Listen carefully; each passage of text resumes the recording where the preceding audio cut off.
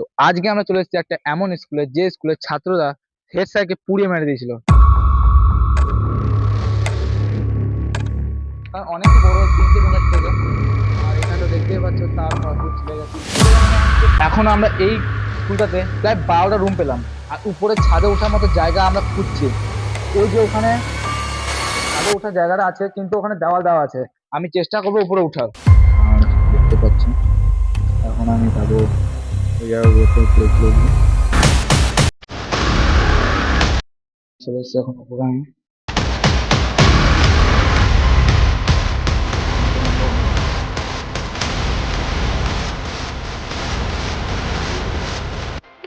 অতটা ভয় লাগছে না, স্কুলটা পুরো এক্সপ্লোর করলাম আর তোমাদের দেখিয়েছি।